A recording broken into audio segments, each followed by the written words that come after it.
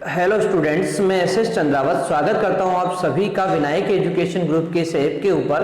प्यारे विद्यार्थी, आपके सामने फिर से लेकर हाजिर हो चुका हूं 11th क्लास केमिस्ट्री। और इस 11th क्लास केमिस्ट्री के अंदर अपन चर्चा कर रहे हैं लेसन सेकंड, परमाणु की संरचना, एटॉमिक स्ट्रक्चर के बारे में। मैंने आप लोगों को परमाणु की संरचना के बारे में बताया है कि परमाणु की संरचना को बताने के लिए सबसे पहले वैज्ञानिक आए थे जे थॉमसन, जिन्होंने अपना परमाणु मॉडल दिया, जिसे अपन थॉमसन का परमाणु मॉडल कहते हैं। उनके बाद सेकंड नंबर पर वैज्ञानिक आए हैं रदरफोर्ड, जिन्होंने सोने की पन्नी पर अल्फा कणों की बौछार करते हुए परमाणु की संरचना को बताने का प्रयास किया गया। उनके बाद आते हैं नील्स बोर, और नील्स बोर ने अपना परमाणु सिद्धांत दिया और परमाणु सिद्धांत के आधार पर उन्होंने परमाणु की संरचना के बारे में बताने का प्रयास किया। परंतु ये जितने भी मॉडल अपन ने पढ़े हैं, आपने देखा है इन सभी के अंदर कुछ ना कुछ कमियां हैं, ठीक है ना। तो इन कमियों को ही आगे दूर करने के लिए एक और मॉडल दिया गया, और वो है परमाणु का क्वांटम यांत्रिकी मॉडल। परमाणु का क्वांटम यांत्रिकी मॉडल, ठीक है भाई। तो पहले जितने मॉडल दिए गए थे उनके अंदर कुछ ना कुछ कमियां थी, और उन्हीं कमियों को दूर करने के लिए एक ये मॉडल यहां पर दिया गया। अब सुनो ध्यान से, क्या बताया गया यहां पर कि बोर मॉडल की कमियों को ध्यान में रखते हुए, ठीक है, बोर मॉडल के अंदर वो सबसे अच्छा मॉडल माना गया था उस समय, और उस मॉडल में कुछ कमियां रह गई है, तो उन कमियों को ध्यान में रखते हुए परमाणु की संरचना के लिए अधिक उपयुक्त और साधारण मॉडल का विकास करने का प्रयास किया गया, जिसमें निम्न दो महत्वपूर्ण तथ्यों का योगदान रहा। यानी कि बोर के मॉडल के बाद उसकी कमियों को दूर करने के लिए परमाणु का क्वांटम यांत्रिकी मॉडल दिया गया, और इस क्वांटम यांत्रिकी मॉडल के विकास में मुख्यतः दो तथ्यों का योगदान रहा है। और वो दो तथ्य कौन से हैं भाई? तो वो है, पहला द्रव्य का द्वैत व्यवहार, और दूसरा है हाइजेनबर्ग का अनिश्चितता का सिद्धांत, ठीक है। इन दो तथ्यों का बहुत ही महत्वपूर्ण योगदान रहा किसके विकास में? परमाणु के क्वांटम यांत्रिकी मॉडल के विकास में। जैसे अपन ने पढ़ा था ना, आपको पता हो तो, बोर मॉडल के विकास में भी दो तथ्यों का योगदान था, कृष्णिका विकिरण और आपका प्रकाश विद्युत प्रभाव, है ना, मैक्सवेल की तरंग प्रकृति और आपका कण प्रकृति, तो इनका योगदान उस समय था, ठीक है भाई। तो बोर के मॉडल के विकास में भी दो तथ्यों का महत्वपूर्ण योगदान था। उसी प्रकार से यहां पर भी परमाणु की क्वांटम यांत्रिकी मॉडल के विकास में भी दो तथ्यों का योगदान मुख्य रहा है, द्रव्य का द्वैत व्यवहार और हाइजेनबर्ग का अनिश्चितता का सिद्धांत, ठीक है।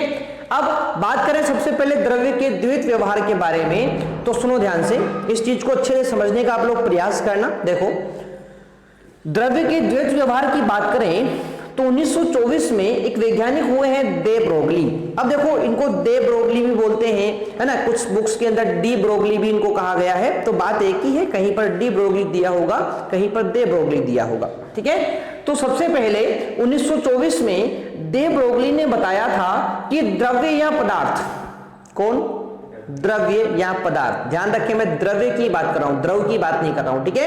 तो ये क्या है? द्रव्य है, ठीक है। द्रव्य मतलब क्या होता है? पदार्थ, और उसका द्वैत व्यवहार, द्वैत का मतलब आप लोग समझ गए होंगे। अब द्वैत का मतलब होता है दोहरा व्यवहार। अब दोहरे में कौन कौन आता है भाई? तरंग आता है और कण आता है, ठीक है ना। तो यहां पर बात की गई, टॉपिक क्या है? द्रव्य का द्वैत व्यवहार। द्रव्य मतलब पदार्थ, और पदार्थ का द्वैत व्यवहार मतलब पदार्थ की दो प्रकृति, दोहरी प्रकृति, कण भी और तरंग भी। तो उन्हीं के बारे में बात की है किसने? दे ब्रोगली ने। देखिए ध्यान से, दे ब्रोगली ने बताया कि द्रव्य या पदार्थ में तरंग और कण दोनों के गुण पाए जाते हैं।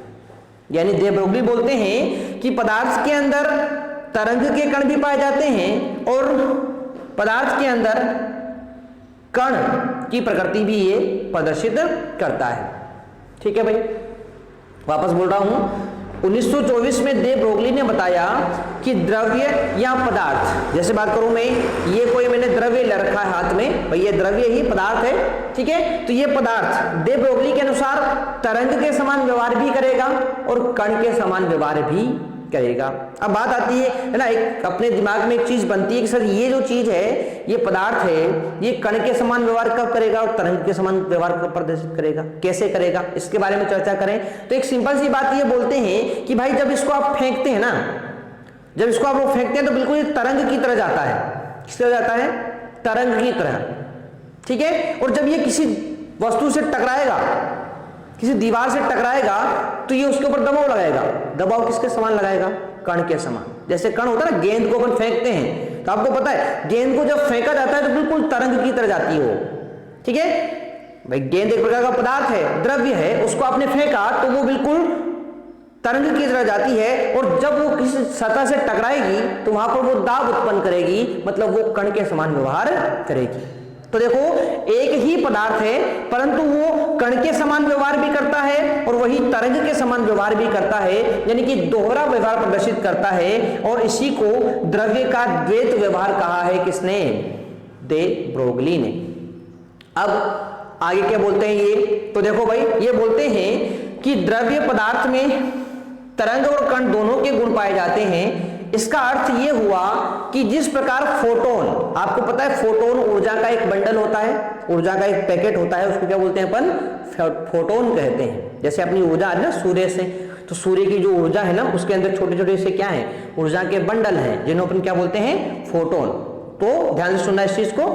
ये बोलते हैं कि जिस प्रकार फोटोन का संवेग भी होता है, तरंगदैर्ध्य भी होता है, यानी फोटोन के पास संवेग भी होता है, तरंगदैर्ध्य भी होता है, और उसी तरह से इलेक्ट्रॉन का भी संवेग और तरंगदैर्ध्य होना चाहिए। अब सुनो इसका मतलब क्या है सर?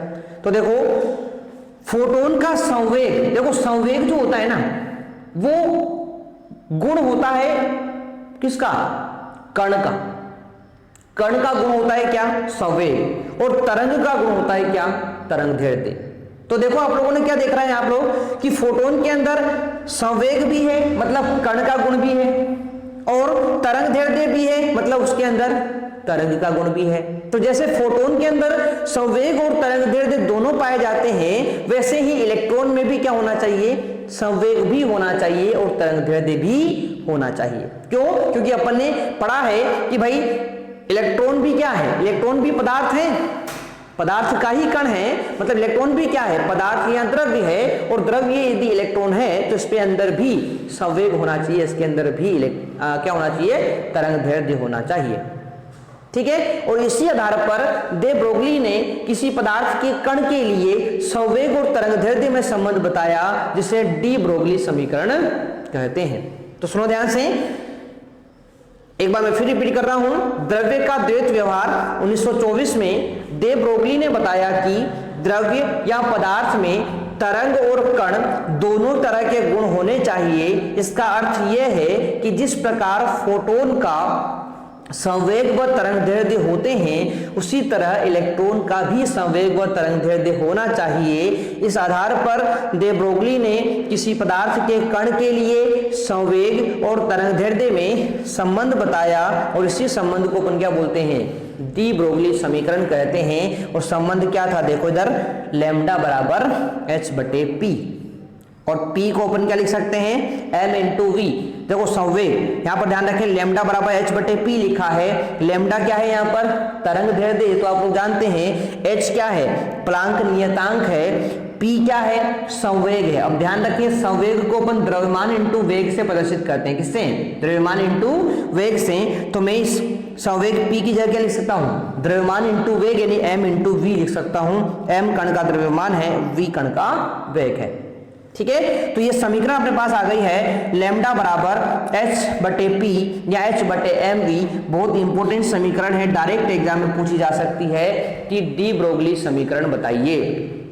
तो आप लोगों को समीकरण कौन सी बतानी है? ये वाली बतानी है, लैम्डा बराबर h/p या h/mv आपको यहां पर बतानी है। तो आ जाएगी बात समझ में। यह था अपना डी ब्रोगली का समीकरण। और सुनो ध्यान से, यहां तक की बात अपन ने कर ली है। अब बात आती है कि सर ये द्रव्य का द्वैत व्यवहार आता कहां पर काम में है ना? कहां पर इसको काम में लेंगे?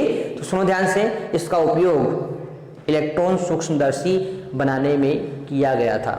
यानी कि ये जो आपका डी ब्रोगली का जो द्वैत प्रकृति का सिद्धांत है, इसी का उपयोग करके इलेक्ट्रॉन सूक्ष्मदर्शी की रचना की गई। और आप लोग जानते हैं इलेक्ट्रॉन सूक्ष्मदर्शी जो होता है ये किसी भी छोटी से छोटी वस्तु को भी आसानी से देख सकता है, ठीक है ना।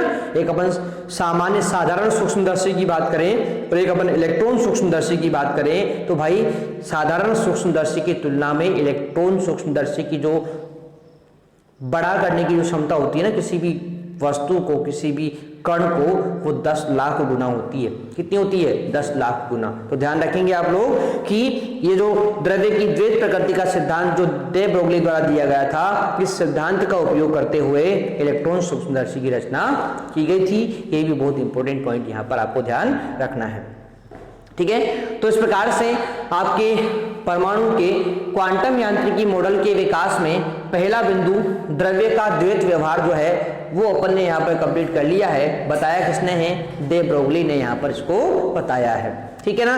अब देखो ये फॉर्मूला अपने पास आ गया है, डे ब्रोगली की समीकरण अपने पास आ चुकी है और इस समीकरण से संबंधित कुछ क्वेश्चन कभी कभी आप लोगों से पूछ लिए जाते हैं, तो एक आध क्वेश्चन अपन यहाँ पर सोल्व करने का प्रयास कर लेते हैं। उसके बाद बुक के अंदर आपके पास क्वेश्चन दिए हुए हैं तो उनको आप लोग सोल्व करने का प्रयास करेंगे, ठीक है। चलो तो एक क्वेश्चन मैं आप लोगों को यहाँ पर करवा देता हूँ इससे संबंधित, तो ध्यान से आप लोग इसको देखिए किस प्रकार से अपन यहाँ पर क्वेश्चन को सोल्व करते हैं। देखिए तो अपने पास जो है क्वेश्चन कुछ इस प्रकार से दिया हुआ है कि 0.1 किलोग्राम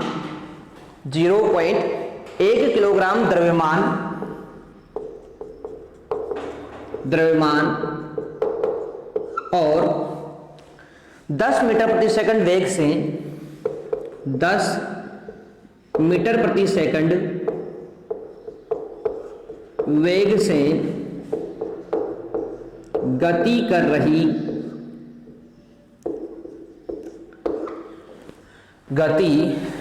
रही एक गेंद की तरंगदैर्घ्य क्या होगी? एक गेंद की तरंगदैर्घ्य क्या होगी? ठीक है, इस तरह का क्वेश्चन आपको दिया जाएगा भाई। अब सुनो ध्यान से, इसमें आपको पहले क्या क्या चीजें दी हुई है उस चीज को देख लेते हैं। देखो यहां पर द्रव्यमान दिया हुआ है आपको 0.1 किलोग्राम, वेग आपको दिया हुआ है कितना? 10 मीटर प्रति सेकंड, ठीक है। और पूछा क्या है आप लोगों से? पूछ लिया है आप लोगों से लैम्डा। तो भाई लैम्डा और mv में क्या संबंध होता है? तो मैंने आपको बताया है लैम्डा बराबर h बटे mv। क्या होता है? h बटे mv। ये क्या है आपका भाई? ये है आपका डी ब्रोगली समीकरण, ठीक है। अब सुनो ध्यान से, लैम्डा निकालना है। क्या पूछा उसने? तरंगदैर्घ्य निकालो भाई, है ना। पूछा अपन से तरंगदैर्घ्य निकालो, तो देखो लैम्डा आपको निकालना है, लैम्डा आपको निकालना है। और देखो यहां पर h का मान नहीं दिया हुआ है, तो h तो आप लोग जानते हैं प्लांक नियतांक होता है। और मान कितना होता है? तो भाई बताओ मान कितना होता है? 6.626 इंटू 10 की घात माइनस 34 जूल सेकंड। तो ये चीज तो मैंने आप लोगों को बताई हुई है पहले ही, ठीक है। चलो तो अब सोल्व करते हैं इस क्वेश्चन को। सारे मान अपने पास आ चुके हैं, ठीक है। तो रख दो भाई मान यहाँ पर। देखो h का मान कितना है? 6.626 इंटू 10 की घात माइनस 34 बटे m का मान कितना है? 0.1 और v का मान कितना है? 10। अब भाई आप लोगों को सोल्व करना थोड़ा सा आता होगा। इस दशमलव को हटाया तो नीचे 10 आएगा, 10 से 10 कैंसिल हो जाएगा तो वापस यही बच जाएगा, यानी कि मान कितना आ जाएगा? 6.62 इंटू 10 की घात माइनस 34। और ध्यान रखें तरंगदैर्घ्य की इकाई आती है मीटर, ठीक है। तो ये आपका आंसर यहाँ पर हो गया है, ठीक है। तो इस तरह के क्वेश्चन आप लोगों को सोल्व करने आने चाहिए। सारी चीजें दी हुई होगी, बस फॉर्मूला याद रखना है लैम्डा बराबर h बटे mv। आ जाएगी बात समझ में यहाँ तक? चलो, तो ये था अपना द्रव्य की द्वैत प्रकृति का सिद्धांत, जो अपन ने यहाँ पर कंप्लीट कर लिया है। तो इससे संबंधित और भी क्वेश्चन आप लोगों को यहाँ पर दिए हुए हैं, जिन्हें आप लोग कंप्लीट करने का प्रयास यहाँ पर करेंगे। ठीक है, चलो, तो ये था अपना पहला बिंदु जो आपको यहाँ पर समझ में आया होगा। अब बात करेंगे अपन दूसरे बिंदु के बारे में, और दूसरा बिंदु क्या है? हाइजेनबर्ग का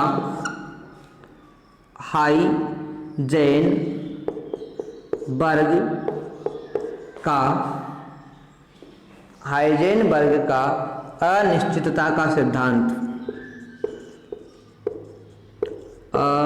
अनिश्चितता का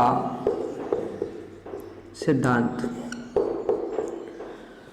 आप देखो, हाइजेनबर्ग के अनिश्चितता के सिद्धांत के बारे में बात करें तो एक वैज्ञानिक थे ये हाइजेनबर्ग। ये बोलते हैं कि किसी निश्चित समय पर किसी इलेक्ट्रॉन की सही स्थिति और उसका सही वेग ज्ञात करना संभव नहीं है।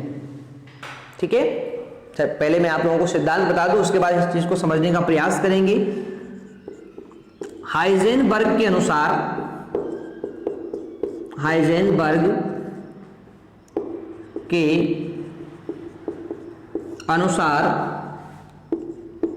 किसी निश्चित समय पर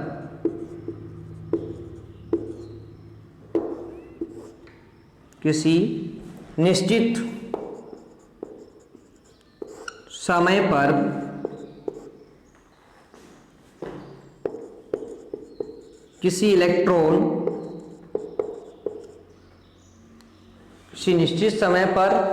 किसी इलेक्ट्रॉन की सही स्थिति एवं वेग दोनों को एक साथ ज्ञात करना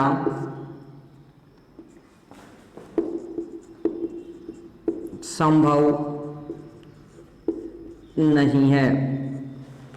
अब सुनो भाई, ये क्या बोल रहे हैं कि जब किसी नाभिक के चारों ओर कोई इलेक्ट्रॉन चक्कर लगा रहा है, ये आप लोगों ने पढ़ लिया अभी तक कि नाभिक के चारों ओर क्या कर रहे हैं, मान लेते हैं इलेक्ट्रॉन चक्कर लगा रहा है। जैसे मैं यहाँ पर एक छोटा सा परमाणु आपके सामने बना दूं, ये नाभिक है, इसके चारों तरफ इलेक्ट्रॉन क्या कर रहा है, चक्कर लगा रहा है। अब ये हाइजेनबर्ग बोलते क्या है? ये बोलते हैं कि एक निश्चित समय पर ये जो नाभिक के चारों ओर इलेक्ट्रॉन चक्कर लगा रहा है ना, इस इलेक्ट्रॉन का स्थिति ज्ञात करना और इस इलेक्ट्रॉन का वेग, इन दोनों को एक साथ ज्ञात करना संभव नहीं है। यानी कि यदि आप लोग स्थिति ज्ञात करते हैं तो वेग में अनिश्चितता आ जाएगी, और वेग ज्ञात करते हैं तो स्थिति में अनिश्चितता आ जाएगी। यानी कि इन दोनों में से केवल एक राशि ज्ञात कर सकते हो आप। किसी नाभिक के चारों ओर चक्कर लगा रहे इलेक्ट्रॉन के लिए बात करें अपन, तो इस इलेक्ट्रॉन की या तो आप लोग स्थिति ज्ञात कर सकते हो एक समय में, या फिर इसकी एक समय में क्या कर सकते हो, इसका वेग ज्ञात कर सकते हो। दोनों को एक साथ ज्ञात करना संभव नहीं है। ये कौन बोलता है? हाइजेनबर्ग का अनिश्चितता का सिद्धांत। एक बार मैं फिर रिपीट कर रहा हूं, हाइजेनबर्ग बोलते हैं कि किसी नाभिक के चारों ओर चक्कर लगा रहे इलेक्ट्रॉन की स्थिति और उसका वेग एक साथ ज्ञात करना संभव नहीं है। यदि आप लोग वेग ज्ञात करते हैं तो स्थिति में अनिश्चितता आ जाएगी, और यदि आप लोग स्थिति ज्ञात करते हैं तो वेग में क्या आ जाएगी, अनिश्चितता आ जाएगी। यानी कि इन दोनों को एक साथ ज्ञात करना संभव नहीं है, इन दोनों में से किसी एक को आप लोग ज्ञात कर सकते हैं, और इसी को बोला जाता है हाइजेनबर्ग का अनिश्चितता का सिद्धांत। और इससे संबंधित इन्होंने कुछ फॉर्मूले बताए हैं, और फॉर्मूला कुछ इस प्रकार से है, delta x into delta P x greater equal h/4 ये इन्होंने एक फॉर्मूला यहां पर बताया है, h/4 ये इन्होंने एक फॉर्मूला बताया है और आप लोग जानते हैं अपन P क्या है, संवेग है ना, तो इसको मैं द्रव्यमान इंटू वेग भी लिख सकता हूं, यानी कि delta x into delta m vx। ठीक है, ये चीज मैंने यहां पर लिख दी, ग्रेटर इक्वल h अपॉन 4 पाई, ये हो गई है। अब इसी की जगह पर देखो, आपको पता है कि यहाँ पर m तो स्थिरांक है, तो इसको तो यहाँ पर लिखने की आवश्यकता होगी नहीं, तो यहाँ पर एक फॉर्मूला और बन जाएगा, delta x into delta vx greater equal h upon 4 पाई। ठीक है, तो ये फॉर्मूला यहाँ पर आ गया है। अब मैं आपको बता दूं यहाँ पर ये कौन कौन सी चीजें हैं, तो भाई यहाँ पर साइड में लिख लेते हैं, यहाँ डेल्टा x जो है वो स्थिति में अनिश्चितता है, किसमें, स्थिति में अनिश्चितता है। डेल्टा vx जो है वो वेग में अनिश्चितता है, वेग में अनिश्चितता है। डेल्टा px जो है वो संवेग में अनिश्चितता है, संवेग में अनिश्चितता है। और बाकी तो आप लोग जानते हैं, क्या जानते हैं सर, h प्लांक नियतांक आप लोग जानते हैं, और पाई आप लोग यहां पर जानते हैं 22/7 होता है इसका मान। ठीक है, तो इस प्रकार से आप लोगों को यहाँ पर हाइजेनबर्ग ने अपना एक सिद्धांत दिया, और उस सिद्धांत के ये 3 फॉर्मूले यहाँ पर बताए हैं। ज़्यादा कोई खास बात नहीं है, कोई भी एक फॉर्मूला ध्यान रख लो। इसमें से delta x into delta P greater equal h/4 पाई होता है। P की जगह पर अपने mv रखा था, तो ये mv यहाँ पर रख दिया। m तो यहाँ पर स्थिरांक होता है, इसलिए इसको आप लोगों को पता है ना भाई, किसी भी द्रव्य का, किसी भी पदार्थ का द्रव्यमान तो स्थिर होता है हमेशा, तो इसको यहाँ पर लिखने की आवश्यकता नहीं होती। इसलिए delta x into delta vx greater equal h/4 पाई हो जाएगा। डेल्टा x क्या होता है यहाँ पर, स्थिति में अनिश्चितता, डेल्टा vx वेग में अनिश्चितता, h पाई प्लांक नियतांक, और पाई आप लोग जानते हैं। ठीक है, तो ये था अपना हाइजेनबर्ग का अनिश्चितता का सिद्धांत।